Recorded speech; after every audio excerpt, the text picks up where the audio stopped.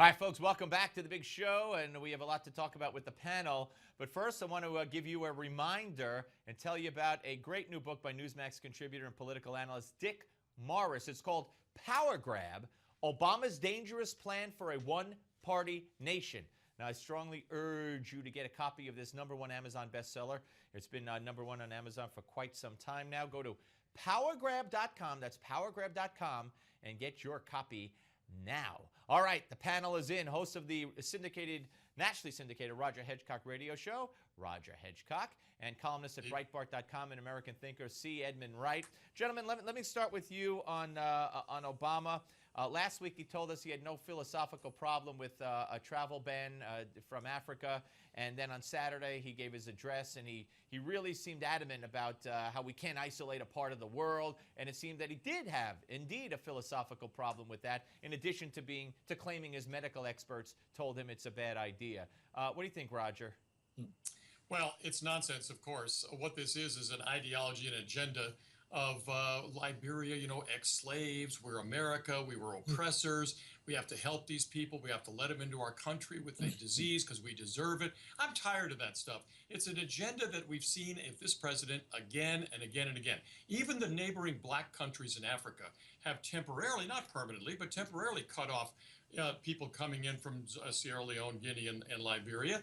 And it's a common sense protection. By the way, Nigeria, one of the neighbors, is and Senegal, one of the even closer neighbors, are both now 42 days out without a new Ebola case. So it may be that these countries' common sense protections have protected their citizens.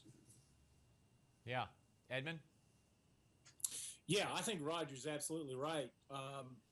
It's clearly an ideology. It's clearly a philosophy. They've even had an author come out and say that we can't leave Liberia isolated because of the slavery issue that Roger mentioned. So he's absolutely right on that. That's exactly what's going on here. Yeah, and I feel that when he's all of a sudden he's interested in what experts tell him, but when the military tells him they need ground troops or keep it on the table, he doesn't have any interest in that. Let's switch to Ferguson. New York Times story, which if you read it, indicates that first of all they actually come out and say, according to federal sources, there is no basis for a civil rights charge against the officer in the Michael Brown shooting. And if you believe the account that was given in the New York Times of what the officer said to the grand jury, he may not even be indicted. He was in fear for his life. He was punched. His face was swollen. When Michael Brown was struggling with him in the car, the gun went off twice. There's Michael Brown's blood on the gun and in the car, etc. It looks like there might not be an indictment. What do you think of that, Roger? And what do you think the reaction will be? I think there will be an indictment for one particular reason, and that is that the Obama administration and the Democrats need every black voter they can to get to the election, to get to the polls in November. And the New York Times was analyzing this over the weekend. They need those votes desperately in places like North Carolina to save Kay Hagan, and in Louisiana and a lot of other places. So what they're going to do now is they're going to show that they're standing up to white racism in Ferguson. They've lost the white vote. They're going after the black vote in their base. I think this has turned totally political. Edmund, well, I don't know, Roger. Are you insinuating that how will the grand jury be influenced to indict based on that theory? Well, they'll be influenced to indict because the Justice Department, or the Just Us Department, is going to be very active, it seems to me, in making sure that happens. And if it doesn't happen, there'll be a civil rights complaint from the Just Us Department. What about it, Edmund? Well, I think Roger's right about everything, except I think the administration does not want an indictment. I think that's actually more of a rallying cry for them to get the African-American turnout. But they clearly, the war on women seems to be fizzling. Obviously, nothing they have of substance is working. So they're down to the race card. It's their only card, and they're going to play it every chance they get. And that's what's going on here.